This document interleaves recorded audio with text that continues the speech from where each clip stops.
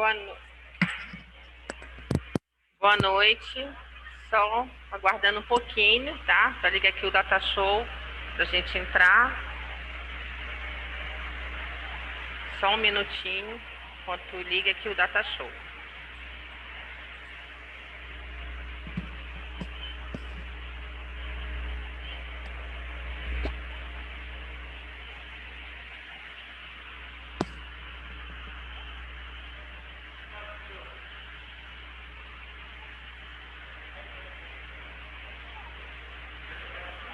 Oi?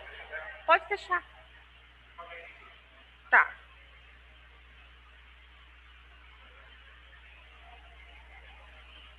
É ligando, né? Nós vamos continuar com com a ontogênese e as funções executivas, tá? Da fala. Voltada para o sistema nervoso central, na origem da fala.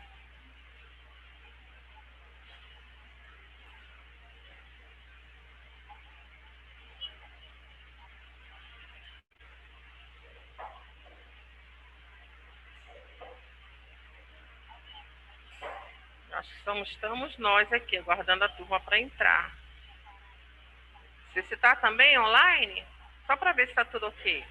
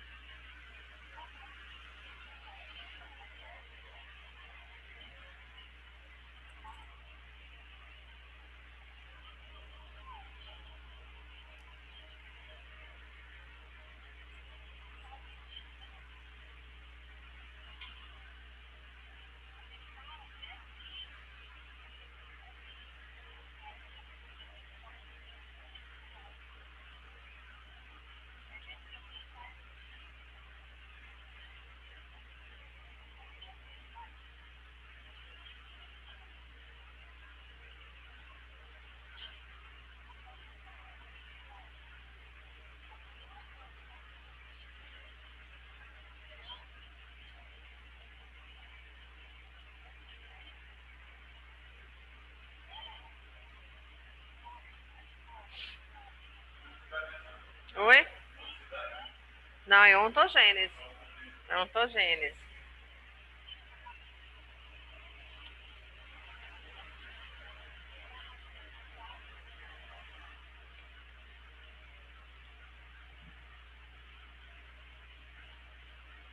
Não é ontogênese hoje? Né? É ontogênese, né? Isso, tá certo. É. Então, gente, boa noite. Nós vamos continuar, né, abordando as funções executivas e a importância para a fala humana nessa origem da fala. Como é que se processa o desenvolvimento da fala através das funções corticais superiores, tá? Sistema nervoso central.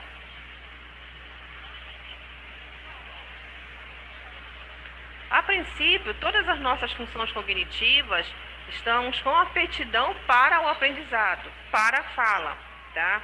De que forma que seria? Tá? Deixa eu só desligar aqui que está dando.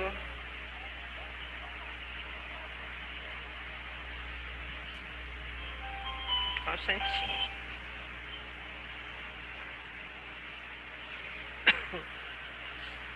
A gente dá uma pausa só um pouquinho aqui.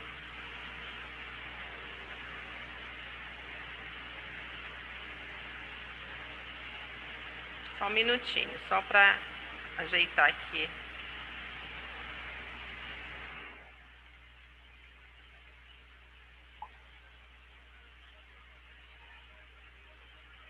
Acho que vou fechar a câmera aqui só um pouquinho.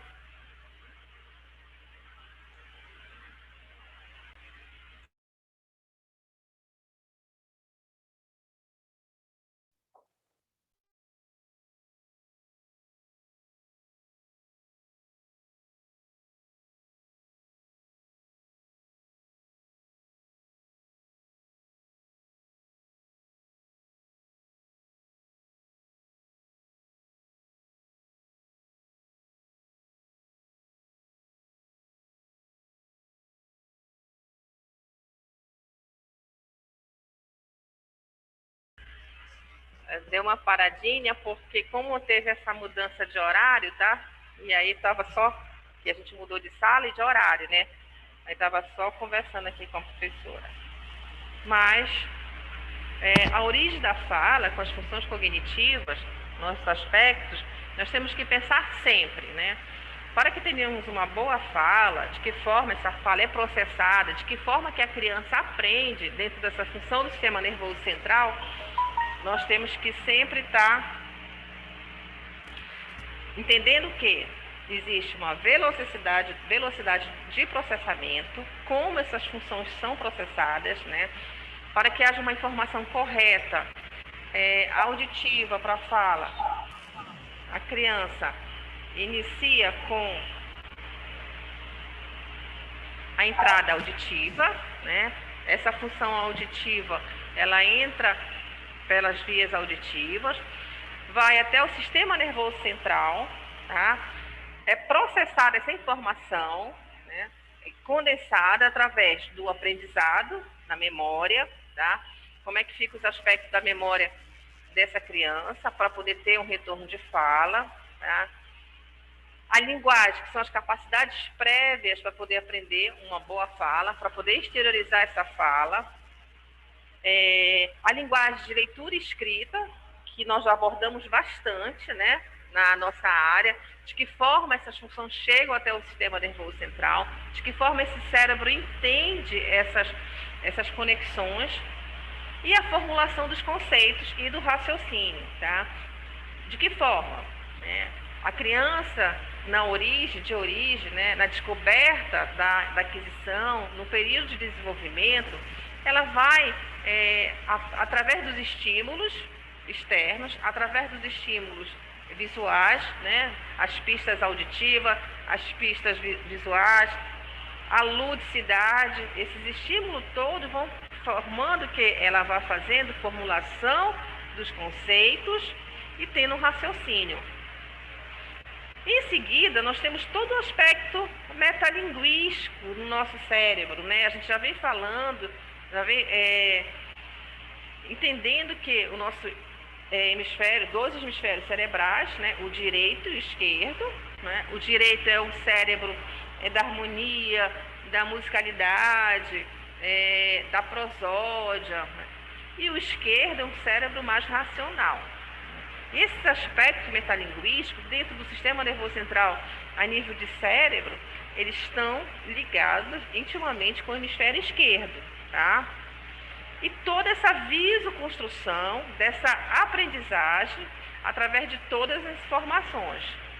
E aí, vamos ter essas habilidades motoras. A fala é um refinamento, uma habilidade motora tão específica que precisa desses órgãos, né? Como a gente está vendo lá em motricidade oral, uma boa performance de toda essa cavidade, né? De todo esse aparelho, né, motor oral, de que forma que as estruturas estão bem interligadas e funcionando para que essa habilidade motora. E as habilidades matemáticas também, que são das funções cognitivas superiores. No refinamento desses aspectos cognitivos, nós vamos ter uma linguagem oral, que a linguagem oral ela é a expressão e a compreensão de todo esse sistema interligado a nível do sistema nervoso central. Nós temos que ter 2 importantes funções cognitivas interligadas, que é a atenção, né? A atenção ela é importante porque se a criança não tiver bem desenvolvido todo esse sistema nervoso central a nível de input de informações, ela não vai conseguir ter uma exteriorização da fala através do pensamento, da memória, do aprendizado, dessas funções que foram citadas aqui, e a percepção. Tá? Então, essas funções cognitivas, elas têm que estar, né, na verdade, elas estão ok dentro de uma criança que não tenha nenhuma atipia, que não tenha nenhuma desordem neurológica, que venha comprometer essas funções. Tá? Então, nesse processo de ontogênese, nós temos sempre que pensar, vamos aprendendo o que é o normal, para depois desenvolver os aspectos na nossa área, que são os patológicos. O que seriam essas funções executivas, né, a nível de aprendizado, de formação, de ontogênese? Seria um conjunto de habilidades, né, cognitivas que permite a todos os seres humanos direcionar seu comportamento através das metas, estabelecer etapas para alcançar, monitorar e executar. Ou seja, aqui nesse momento, né, eu estou planejando, né, meu cérebro está tendo informações, né, a todo momento. Se tiver um barulho externo, se alguém chegar aqui e entrar, por exemplo, se tiver um de vocês aqui no ambiente virtual ou aqui no ambiente presencial, parar um pouco para fazer uma pergunta, o que vai acontecer? Eu tenho que ir buscar informação no meu sistema nervoso central, né? Condensar essa informação, ter toda essa percepção, essa atenção, esse processamento para mim vir através da fala a resposta, que é um ato motor. É complexo? É. Quando nós estamos com paciente neurológico, né, paciente adulto neurológico, por alguma intercorrência, teve algum acometimento, né, ou um AVC, ou um acidente, né, e ele perdeu a condição da fala, muitas vezes ele está 100% na cognição, ele está entendendo tudo que nós estamos falando, tá? E não está conseguindo exteriorizar esse pensamento através de um ato motor, que é a fala. Quando nós falamos lá na fase inicial, que a criança inicia com balbucio, papapá, mamamamá, né? E depois ela vai na formação dos fonemas, através de todo esse conteúdo linguístico, isso é uma elaboração refinada do ato motor da fala. Existe um jargão, né, que a gente fala assim, nossa, fala e não diz nada, né? Ou então diz assim, nossa, a gente não entende nada que está falando. Ou, né, essa fala, né, a pessoa não consegue falar de uma forma que o outro consiga entender. Nós temos sempre que pensar, é um ato motor elaborado, é um ato de cognição elaborado para que haja um ato motor da fala. Então, há um planejamento no sistema nervoso central, sim, há toda uma performance nessa cavidade oral, né?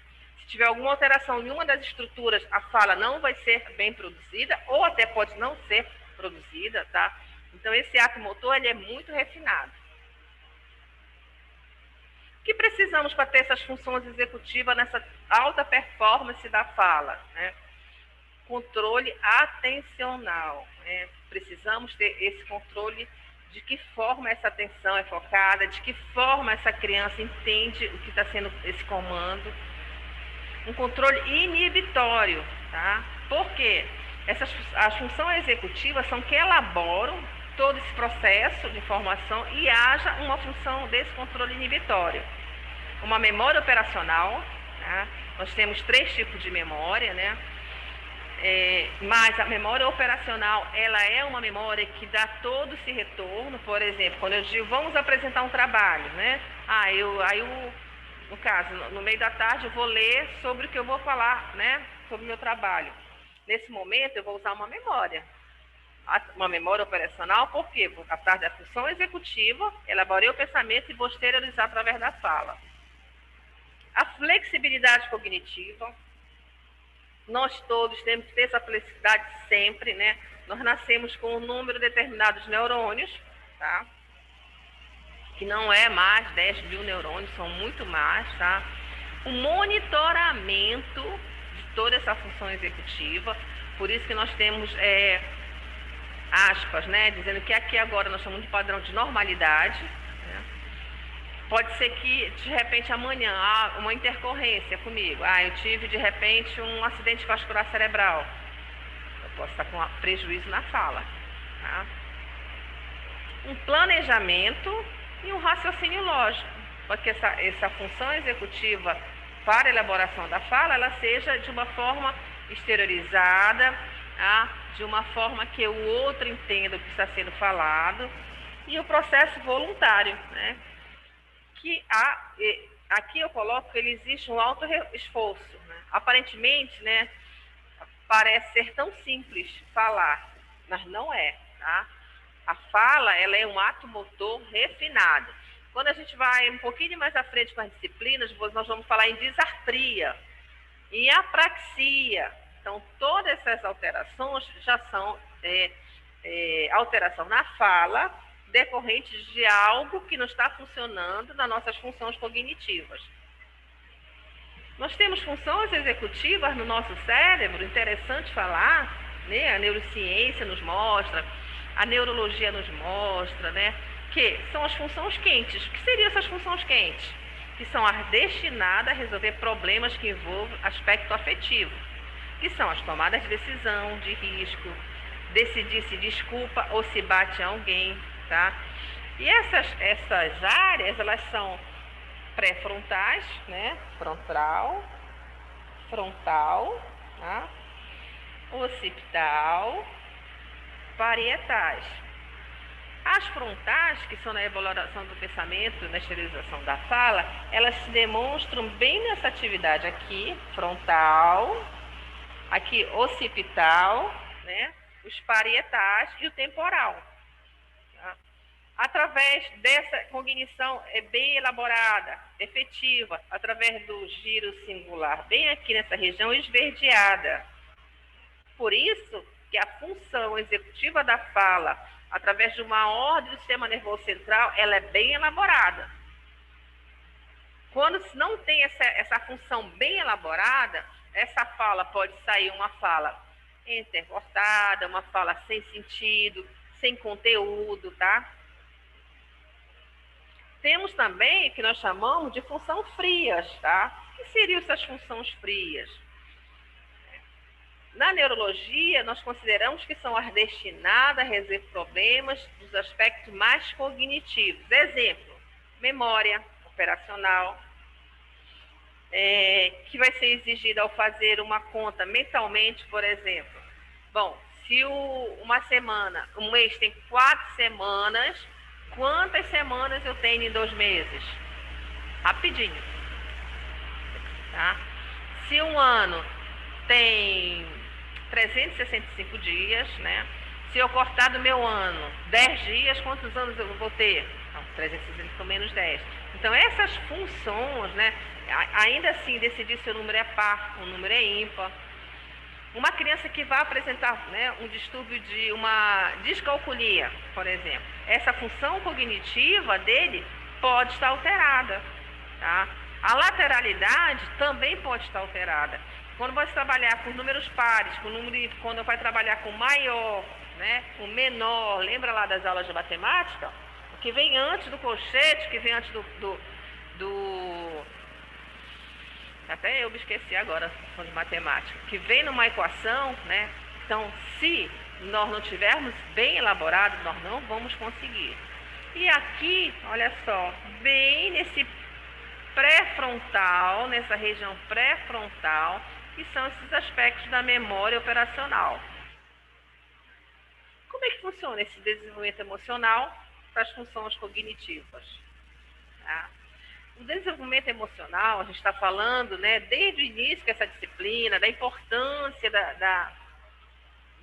primeiro eu falei lá, né, primeira aula nós falamos do cérebro, né, falamos das funções dos hemisférios, falamos dos níveis corticais, né, depois eu falei um pouco já como os aspectos desse desenvolvimento temporal, né, dessa ontogênese, sobre Piaget.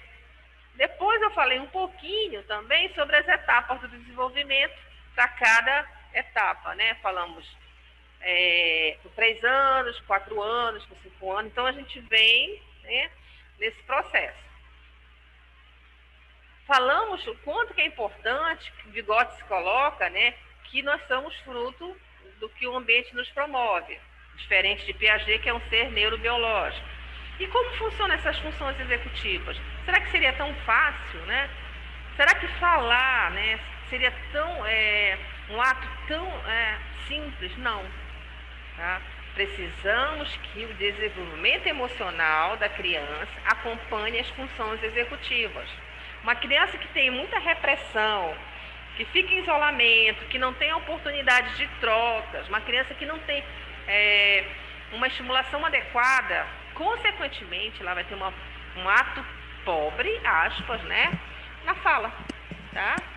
Vai ter sim. Isso já não é a ciência que nos mostra, as pesquisas, né, os artigos mais atuais, nos mostram que o desenvolvimento emocional, nas percepções, na origem do desenvolvimento da fala, ele está importante, de uma forma tão importante quanto que toda a saúde orgânica da criança. O desenvolvimento emocional, ele vai ter a capacidade sempre de sentir, entender diferentes emoções, de cada vez mais complexas, né? A capacidade de autorregular para que a criança possa se adaptar ao ambiente social ou atingir metas presentes ou futuras. Então, isso aqui é uma citação, um conceito já relatado, né, em pesquisa de 2013, já é bem atual, tá? Que mais uma vez nos confirma que o desenvolvimento emocional com as atividades cognitivas, elas são importantes para o desenvolvimento da fala. E de que forma esse desenvolvimento emocional e essas funções executivas vão estar interagindo com a criança, né, no processo da ontogênese, tá? Temos tomadas de decisão conflitantes, né? Bem ali tem uma imagem, eu gosto muito, que é o coração e a razão, tá? Né? As pessoas falam assim, nossa, ela falou de uma forma que ela só falou com o coração, né? Ou então, falou de forma, foi bem racional. E existe, porque o nosso cérebro, né, ele tem essa função de diferenciação, sim. Embora, muitas vezes, né, agimos mais pela emoção, mas a razão, ela sempre está lá, né, bem guardadinha no nosso hemisfério esquerdo. O hemisfério direito diz assim, eu não gosto do Paolo porque o Paolo é feio. Aí o meu hemisfério esquerdo diz, não, eu não gosto do Paolo porque ele me olha de outro jeito, pronto, acabou. Então, nosso comando, ele sempre, embora né, interfere diretamente com o outro, o direito sempre vai ter interferência no esquerdo e o esquerdo sempre vai ter aferência com o direito. Que é aquela brincadeira que falam assim, as mulheres pensam com o hemisfério direito, os homens pensam com o esquerdo. Negativo. Hoje, a ciência nos mostra que ambos têm a mesma capacidade de elaboração, tá? E não tem questão nenhuma com gênero. Essa tomada de decisão, por exemplo, é a função de fazer tarefas e brincar, são tomadas de decisão muito importantes, que lá na origem, a gente já começa a dar para essa criança a tomada de responsabilidade. Quando eu digo assim, agora nós vamos parar de brincar, agora que essa aula online que as crianças estão tendo, né? O que as mães fizeram? Colocaram a mesinha, ou colocaram um celular, ou colocaram um computador, né? Ou então, quem não teve acesso, as professoras estavam mandando as atividades. Então, a criança saiu do meio da sala de aula, mas foi naquele momento, né, que as mães falam, não, eu coloco ele para tomar banho, quando é 8 horas eu coloco sentado para fazer as atividades. Legal? Né? É importantíssimo, porque são as tarefas, diferente do brincar. E se a criança não tiver esse limite, ela não vai conseguir levar para o resto de uma vida. Um outro exemplo, né, a fome. Comer o biscoito é diferente de almoçar, tá? São regras, né? Então, essa estrutura de regras, elas são importantes também para a estrutura de regras na fala.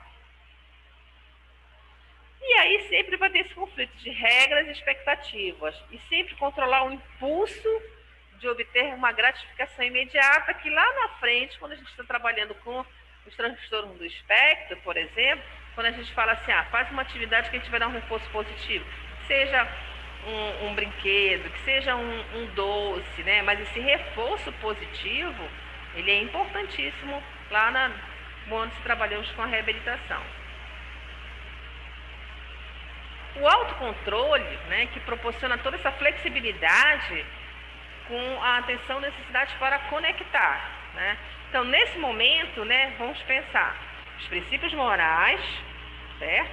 As ações e os sentimentos. Lá na infância, né, que a gente está falando muito na infância, quando a criança vivencia alguns lugares, por exemplo, que adultos falam palavrões. É muito interessante que a mãe às vezes fala, nossa, ele não aprende, não fala, mas o palavrão ele aprendeu primeiro. De quem que é a culpa? Do adulto. Por quê? A criança está inserida naquele local, tá? Ela é fruto do meio. E ela não nasceu aprendendo errado, né? Ela tá, né? Nós estamos na formação das palavras. Então, nesse momento, vai aprender o que é certo e o que é errado. Ouvir, né? E ela vai exteriorizar a fala, sem saber que aquilo é proibido. Muitas vezes, às vezes, a criança solta um palavrão que ela não tem nem noção do que está falando. Mas por quê? O outback, né? A entrada do som foi lá no cérebro dela, pum, falou, um ato motor, né? Sem uma função mais elaborada. Quanto que fica nas funções sociais, né? As emoções positivas, elas são importantíssimas para uma boa elaboração da fala, tá? Aqui a gente coloca entusiasmo, de que forma ela está sendo estimulada. A estimulação ela é importantíssima para uma boa aquisição de fala. E as emoções negativas sempre vão trabalhar com frustrações, tá? As repressões muito grandes, né? Crianças que não têm oportunidade de estar fazendo trocas, elas vão funcionar de forma negativa, sim. E aí a gente fala um pouco sobre o amadurecimento desses aspectos executivos, principalmente com a atenção e o controle inibitório. Porque eles estão sempre relacionados com o aumento da compreensão emocional de si e do outro, tá? Que é a empatia, né? O que é a habilidade de se colocar no lugar do outro, que mais tarde a gente vai ver que algumas patologias nossas, né, dependendo do grau, aquela criança, quando já tem um diagnóstico, uma patologia, ela não consegue se colocar no lugar do outro. Nós chamamos disso de autorregulação emocional, tá? De que forma, né? Mas assim, voltando também, eu quero que vocês tenham esse raciocínio junto comigo, sempre, tá? Como é que as crianças com bom controle de atenção, né, vão lidar com a raiva, utilizando métodos verbais? Não OX, né? Às vezes métodos agressivos, né? Então, essa resposta, que é uma resposta do meio, né? A não ser que seja uma agressividade patológica, né? Algo que seja já em adoecimento, que essa criança vem trazendo em adoecimento, é bem diferente. Mas quando trabalhamos em agressividade oriunda do meio, tá? Esse controle de atenção tem que ser modificado, sim. E temos a teoria da mente, tá? Recentemente, né, estava no curso, né, um curso muito bom, falando muito sobre a teoria da mente. O que a teoria da mente coloca? Que é característica de distinguir entre seus próprios estados mentais e dos outros, que é a capacidade de se colocar no lugar do outro, tá? E ela está aí extremamente associada à autorregulação e do controle inibitório.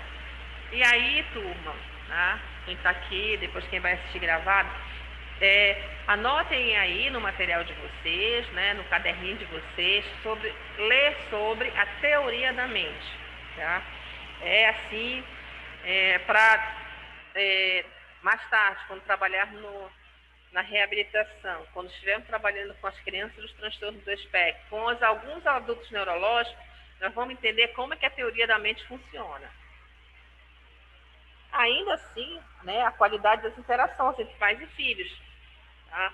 Que né, vem falando, vou continuar falando, a gente sempre vai ouvir sobre isso, que ela é importantíssima na primeira infância, tá? E aí ela sempre vai ser importante para o desenvolvimento da função executiva posteriormente. Sempre lembrando que afetividade, receptividade, disciplina pacífica relacionada com esse vínculo é o que vai se tornar mais afetivo na relação de pais e filhos e as habilidades das funções executivas da criança, priorizando a fala. E a escola, né? A gente não pode deixar de falar na escola, até porque nós trabalhamos muito com a área educacional. De que forma, um pouquinho de água, gente, hoje está muito seco o clima. De que forma essa regulação funciona? Escolas que ensinam habilidade de regulação emocional sempre vai proporcionar um aumento do desenvolvimento do controle executivo. Na idade pré-escolar, tá? É um momento onde a criança aprende mais habilidades para um bom desenvolvimento da fala.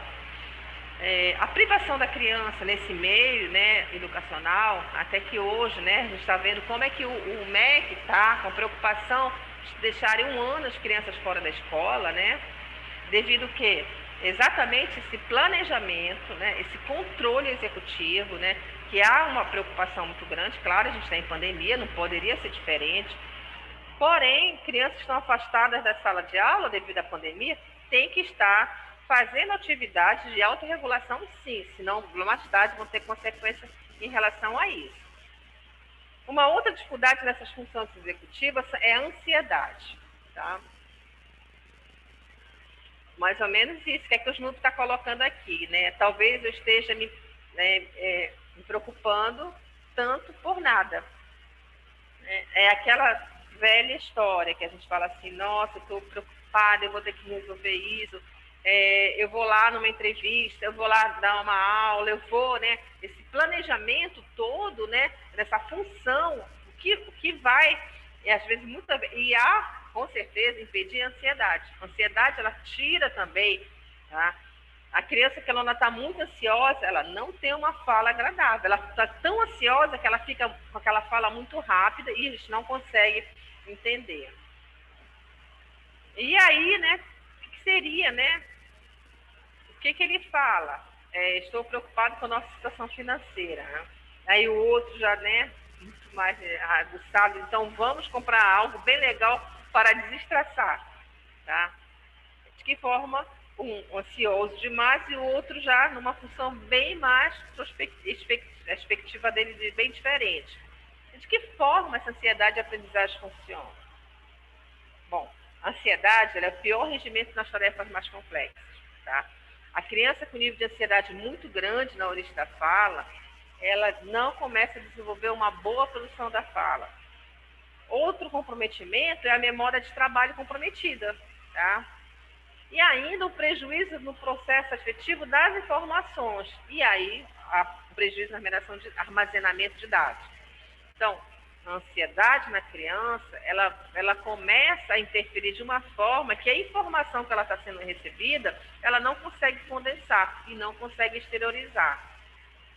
Essa tomada de decisão em ansiedade, né, ela é importante para associada a uma menor qualidade de vida, dos prejuízos funcionais.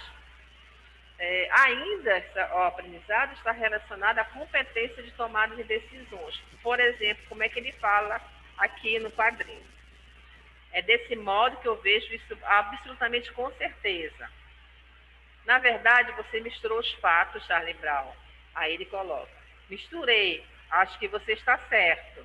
Depois ele fala, eu tenho opiniões muito fortes, mas elas não duram muito tempo. Ou seja, de que forma que ele está tendo essa tomada de decisão, as respostas e aí entra a excitação, a autodepreciação, aversão ao risco, tá? Isso é uma citação tirada de 2016 que tem relatado de como a ansiedade interfere na produção da fala e na reciprocidade das informações. Eu vou falar só um pouquinho, tá? Aqui, que não, a gente vai, futuramente a gente vai ver só o transtorno de déficit de atenção e hiperatividade e ansiedade. O TDAH é uma comorbidade comum, né? Pior regimento de tarefas mais complexas, porque a hiperatividade não deixa que ele consiga ter uma atividade mais elaborada da fala. Uma criança com transtorno de déficit de atenção e hiperatividade, mais ansiedade ou depressão, é um risco maior de desempenho acadêmico, tá?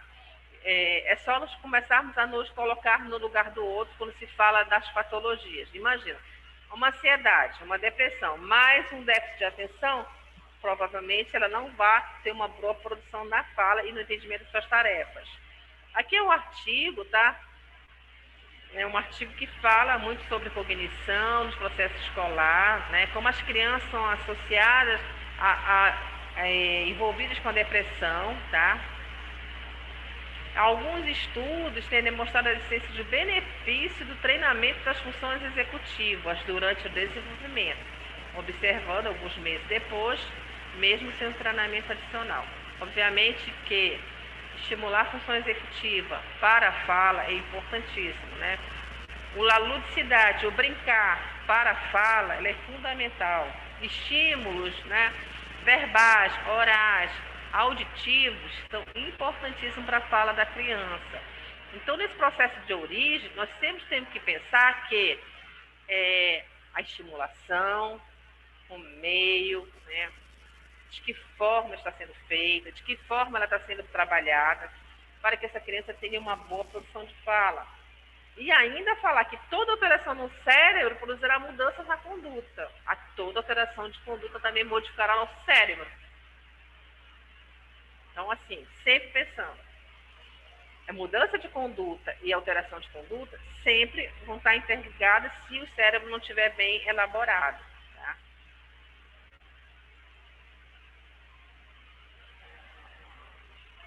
Olha o Christian. Não é? Christian tá aqui, tá online. Christian, Camila, Pamela, Paulo tá aqui. Bom, eu não tinha como não deixar de falar sobre essas funções executivas, tá? Elas vão sempre estar em todos os momentos, tá? Interligadas com os nossos processos patológicos e as nossas terapias fonoaudiológicas. Treinamento de função executiva para melhorar a fala, tá? A gente vai ver isso no processo de terapia, é importante. Por quê? Quanto mais se elabora, né, trabalha com as funções executivas mentais superiores, melhor nós vamos ter resposta na fala. É assim um exemplo que eu sempre costumo dar. O terapeuta leva um jogo para brincar com a criança, tá? Senta naquele momento, vamos brincar aqui com esse quebra-cabeça, né? Daqueles 40 minutos. Acabou a sessão, devolve a criança para os pais. Primeiro erro, tá? Temos que explicar por que a gente vai trabalhar aquela atividade. Tá? Eu vou trabalhar uma atividade com um jogo numérico. Vou trabalhar quantidade, né? Seriação, memória a curto prazo, lateralidade, esquema. Então, tudo isso tem que ser repassado. Toda caixinha de jogo tem lá, né? Crianças até 3 anos, criança até 5 anos. Aquilo lá foi bem feito, né? Por pesquisadores, por profissionais da educação, tá? Não foi feito de forma aleatória, mas foi feito já com pesquisa realizada com aquele tipo de atividade para aquela determinada idade, tá? Claro que existem crianças que têm umas funções executivas mais elaboradas que as outras, tá? Não quer dizer que aquela que tem um pouquinho de déficit, ela tem esse déficit, então ela já deve ter uma alteração. Não. Para a gente relatar que uma criança tem alteração, nós temos que avaliar, tá? Verificar se já teve outra avaliação de outros profissionais para poder dar esse retorno, esse feedback. Então, são tarefas mais complexas, né? Não adianta só avaliar sem ter um feedback de outros profissionais. Deixa eu ver aqui. Tá. Vou abrir aqui um pouquinho, tá? Para a gente agora, tá? Nesse momento, eu acho importante fazer essa troca, tá? E sempre estar falando em relação a como é que a gente vem vivenciando a ontogênese e a origem, tá? De que forma a gente está vendo de acordo com as idades e de acordo com os pensadores. Por quê? Não sou eu, Cláudia, né, que vou chegar e vou, apesar de a gente estar estudando, né, tá na mestrado em neurociência, ele assim, contribuiu muito para todos nós em relação à origem da fala, de que forma que o ser humano tem essas formações, dá um embasamento muito maior para a gente poder fazer uma avaliação, né, e dar um processo terapêutico, né, de que forma a neurociência nos abre, né, de forma ampla para verificar todas essas funções, mas temos sempre que aprender, gente, do normal para ir para o patológico, né? Não podemos logo. Eu quero fazer fonoaudiologia para aprender a reabilitar uma criança com atraso de linguagem. Quero fazer logo fonoaudiologia para me aprender a trabalhar uma criança com distúrbio de leitura e escrita. Nós temos que aprender o que é certo. De que forma as etapas, né? Por isso que tem a ontogênese, a origem, né? Da falta a gente falar muito sobre isso, mas precisamos primeiro saber o que é certo para corrigir o patológico, tá? Nós não vamos já chegar, né? Eu vou fazer fono, e aí eu já vou pegar uma criança para trabalhar estimulação de fala, de linguagem. Bom, se nós não temos conhecimento do que vem nas escalas, né? O que já está, o que a ciência nos mostra, de que forma que é a organização neurológica, de forma o nosso cérebro, né? Não adianta, nós vamos ser meramente vamos treinar, não habilitar. A nossa função terapêutica é de reabilitação, né? Mas não de treinar aquilo que ainda não foi vivenciado, aquilo que a criança não traz, tá? Então aí não é processo terapêutico. Entendeu, Pamela? Christian, Camila, Paulo? Sim, professora. Sim. Entendeu, Pamela? Se eu fizer uma perguntinha para vocês, vou ajudar, mas essa disciplina a gente não tem trabalho, né? Mas eu vou fazer uma perguntinha que com certeza vocês vão saber responder. Vocês estão estudando desde o primeiro semestre, anatomia, fisiologia, né? Quando a criança, né, usa o canto com a fala, ela está utilizando o hemisfério direito ou esquerdo? Canto, a melodia. Direito. Eu vou perguntar agora para o Paulo, que ele não respondeu. Qual é? Você sabe, Paulo? É o direito ou esquerdo? Dois hemisférios. Um se conecta com o outro o tempo todo. Mas um é mais racional e o outro é mais emocional. Tá? Qual seria do canto? Aqui a turma já respondeu, porque não tem uma caixinha para a gente dividir aqui. Vamos lá, é o direito. Tá? É o direito, tá? Quando nós estamos trabalhando atividade numérica, né? Lateralidade, organização tempo-espacial, é o esquerdo, tá? Sempre a conexão dos dois. Mas, ora, a gente está trabalhando com elaboração de funções executivas maiores, voltada para determinado hemisfério. Ora, a gente vai estar trabalhando funções executivas maiores, voltada para o outro hemisfério. Sendo que os dois, todo o tempo, estão conectados. Um não trabalha sem o outro, 24 horas, tá? Agora, claro, lá no adulto, quando há uma lesão neurológica, com cometimento, dependendo do hemisfério, tá? Aí sim, a gente já vai saber que a gente tem que direcionar para outro nível de atividade terapêutica, tá? A musicalidade é do lado direito, tá? Essa habilidade é uma performance muito grande do lado direito nosso, né? Enfim. Não quer dizer que não vá, né? Mas é uma habilidade muito mais elaborada, tá? Tem crianças que com 5, 6 anos tem essa quantificação numérica, né? Muito bem, é rápida. Criança que aprende matemática muito fácil. E a gente sempre diz, o hemisfério esquerdo dele em relação a isso está muito mais estimulado. Aí quando você vai trabalhar prosa, poesia, né? Imaginário com ele já pode até apresentar mais dificuldade. Não quer dizer que ele seja patológico, mas sim um hemisfério mais estimulado. Então, a todo momento, a gente está estimulando direito e esquerdo, direito e esquerdo. Não podemos desassociar nunca. até para a nossa performance, né? Na vida adulta, quando vamos envelhecendo. Embora cada um de nós aqui temos algum lado mais exacerbado, né? Racional, mas outros são muito mais emocional, mas isso aí não quer dizer sobre gênero, tá? Já falei ainda há pouco e não vou voltar. Isso é muito mais uma questão mesmo de função mental superior. Ok, Camila? Camila, você não veio na aula, né, Camila? Agora eu vou puxar a orelha. Quando, professora? Eu fui sim. Na aula prática, Camila? Ah, foi, Foi, na Camila, porque tá terça-feira. diferente a foto. Olha, Camila, Eu vou sabe o toda que tá semana. acontecendo? A tua foto, eu não tô te vendo de câmera aberta. Ah, A foto da Camila não aqui quero é me ver. 16. Mas quando foi? Ano passado. Não foi a Pamela que não veio, né, Pamela? Foi a Pamela, professora. Sim, Faça logo uma professora. pergunta para ela. Eu tava São as mal. louras, né? Pamela, você tá bem, Pamela? Tô melhorando. Mas assim, bem, não tô, mas a gente tá indo. Covid, Pamela? Não, professora. Não é não.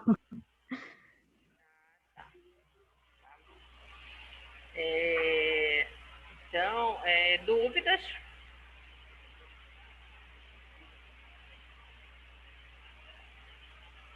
Dúvidas, turma?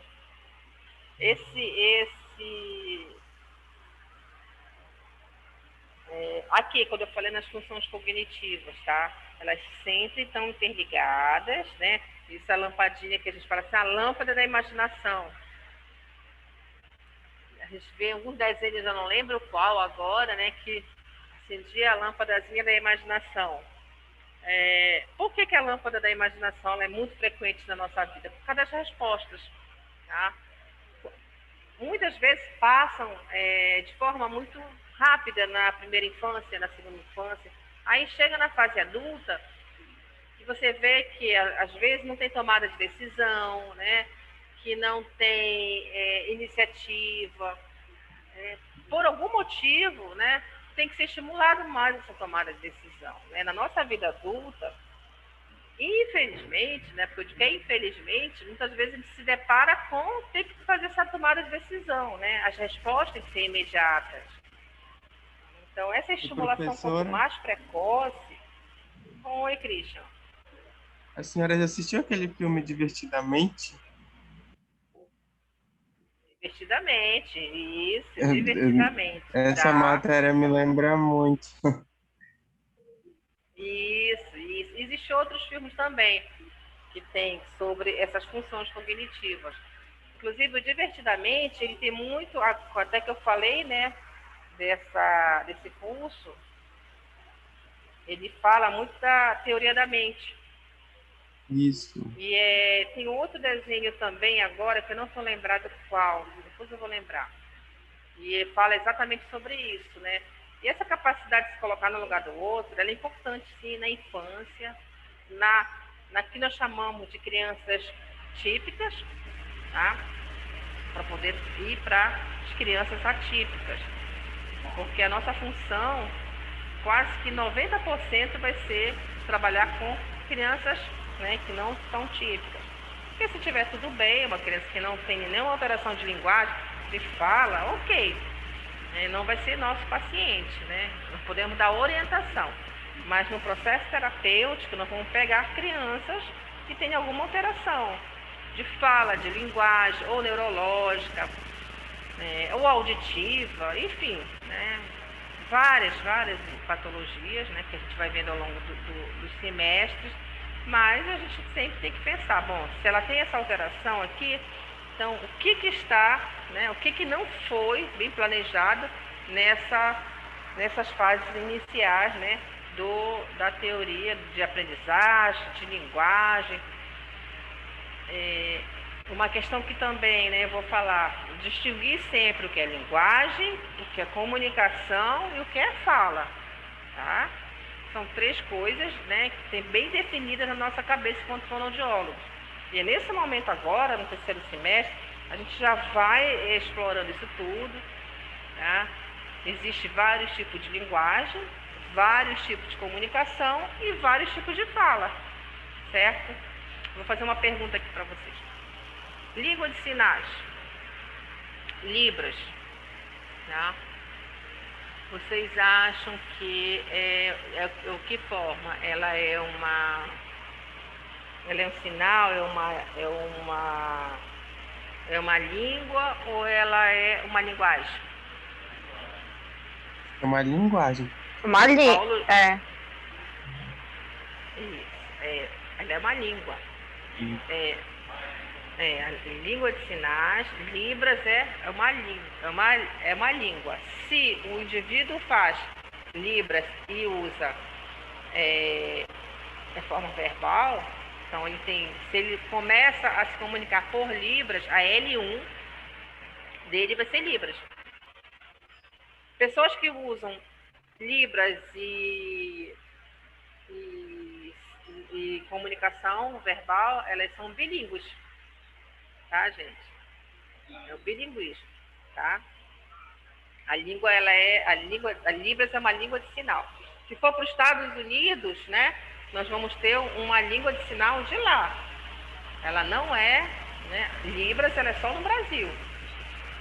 Mas na França, a outra língua de sinal. Tanto que os sinais são diferentes, tá? Eles não são os mesmos sinais. Alguns que são padronizados, mas os sinais são diferentes, tá? Ah, é, Então, professora? Libras, Porque ela é uma fosse segunda... universal. Isso, Christian, não é universal. A Libras é língua brasileira de sinais. Vocês são bem curiosos, com certeza. Dê uma pesquisadinha lá. Veja como é que é a língua de sinal dos Estados Unidos. É diferente. Eu já vi, professora, é muito diferente. Muito diferente essas línguas de Libras, muito mesmo. Só algumas coisas, no caso do alfabeto, que são um pouco iguais. O alfabeto, ele é um pouquinho igual, mas o restante, assim, palavras... Imagina o japonês que tem um alfabeto totalmente diferente do nosso. Então, não é Libras, tá? É a língua de sinais dele, eles vão usar um outro nome, né? Mas Libras é língua brasileira de sinais. Eu até estimulo a vocês a fazerem curso de Libras. Que agora, né, é lei, todos os lugares, todos os lugares tem que ter um intérprete, é lei, tá? E a lei, quando começar a funcionar 100%, vai ter campo, mercado para todo mundo. Libras não é uma disciplina, não é um conteúdo que se aprende numa faculdade, né? Tem que fazer curso específico, né? Pode conhecer, eventualmente, né, se fala, mas tem que saber curso específico de Libras, tá? Tanto que se forma intérprete de sinais brasileiros. Uma coisa mais linda é você ter uma intérprete, que é a professora Marilene, que é uma pedagoga, trabalha aqui na Pós. Ela é uma intérprete, sim, maravilhosa aqui na região. Quando ela interpreta o hino do Pará. Que coisa linda. Lindo, lindo, lindo. Professora Marilene, tem vários vídeos no YouTube também. Eu sou apaixonada por Libras, eu acho assim... A única dificuldade que a gente tem em relação a Libras é que a pessoa que usa Libras como língua materna, a L1, ela depois não quer mais oralizar. Ela vive no mundo dela com a comunidade em Libras, né? Então, eles convivem entre eles. Quando se tornam adultos, muitos não querem mais oralizar. Nem adianta fazer implante coclear, que não querem. Até porque hoje a língua de sinais, Libras, ela é bastante aceita, né, na nossa comunidade. Na minha origem, que eu sou mais velha na fonoaudiologia, naquela época a gente brigava muito, né? Brigava demais. Eu fiz estágio no Instituto Auditivo, no Rio Laranjeiras, que era Libras. Quando a gente queria trabalhar com oralização, eles não aceitavam. Não aceitavam. Hoje eles já fazem comunicação alternativa, né? Hoje já tem vários softwares, então ajudou muito, né? Mas, assim, vem de uma, como é que chama? Raiz, né? De uma raiz, de uma origem, onde, naquela ocasião, era um movimento muito forte. Era o INES, Instituto Nacional de Educação em Surdos, tá? Então, ali, a gente ia só para fazer estágio, mas a gente não conseguia oralizar, eles eram muito mais fortes. Certo, turma? Quem tiver a oportunidade de fazer um curso de Libras, façam, viu? Façam, que é muito bom. Por exemplo, eu já fui... O meu sinal, hoje, imagina, tem esse cabelo liso de tanto negócio de química que a gente faz. Mas a minha origem, meu cabelo, ele é ondulado, né? Enfim. Então, eu era bem mais jovem, né? Quem me deu o sinal foi um surdo. Então, o meu era de C, de Cláudia. Então, qual seria o meu sinal? Ele fala C, porque eu tinha o cabelo cacheado, né? Imagina, há 20 anos atrás, aí o cabelo cacheado. Aí vai passar formol no cabelo, que deu. Mas eu não tenho, meu sinal é esse. É muito bom, muito bom. Pena que a gente não tem tantos cursos de Libras tão fáceis, né? Mas na universidade tem. Na UEPA tem, na Federal tem. São cursos gratuitos, tá? Quem se interessar, façam. Viu, Christian? Sim, professora. Tornar intérprete, viu? Muito bom. Eras? Que, Camila? Ok. Alguém tem algum amigo surdo? Quando eu digo Eu tenho, surdo, não é eu tenho um deficiência primo. Eu tenho um primo. Eu não tinha nem lembrado dele de uma vez que a senhora perguntou. Ele usa sinal? Ele usa. Ele tentou usar também aparelho, mas ele tira. Ele desacostumou, como a senhora fala, né? Hoje em dia eles usam o padrão mesmo, que é a língua deles, que são os sinais. Então ele desacostumou com aquilo e ele tira mesmo, e não tá nem aí. E existe comunidades entre eles, amigos, né? Então, assim, eles, por exemplo, eu não sei agora, já tem uns 2 anos que eu perdi o contato, mas tinham grupos que eles se reuniam no shopping, conversavam, né, entre eles.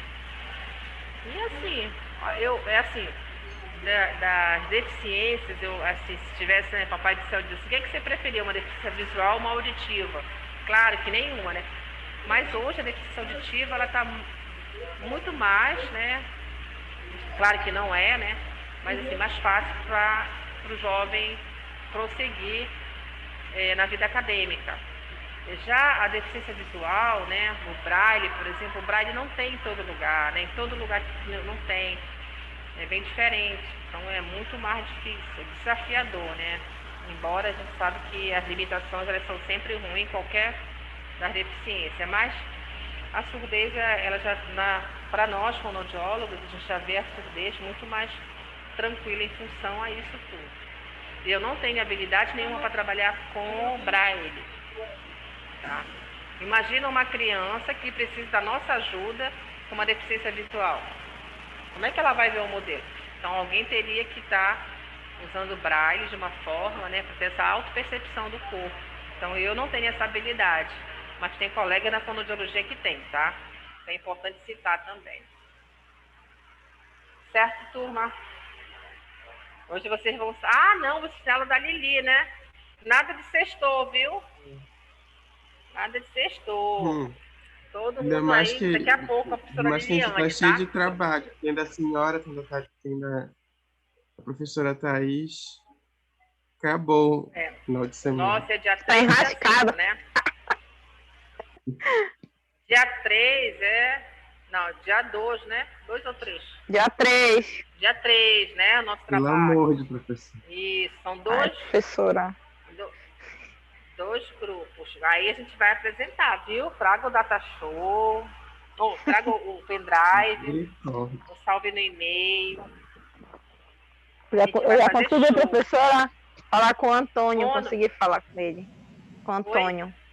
Eu consegui falar com o Antônio. Ah, você conseguiu? Consegui falar com ele. Olha, que legal. Aí vamos tentar, né? Legal.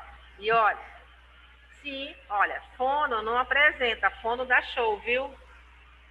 Olha. É verdade. Brincadeira. É verdade. Bacana, gente. Olha, eu vou encerrar aqui, tá? Uma boa noite para vocês, um abençoado final de semana, tá bom? Tá bom, professora. Obrigada, professora também. Boa noite pra senhora. Boa noite. Bom final de semana. Boa noite. Obrigada. Vou encerrar aqui.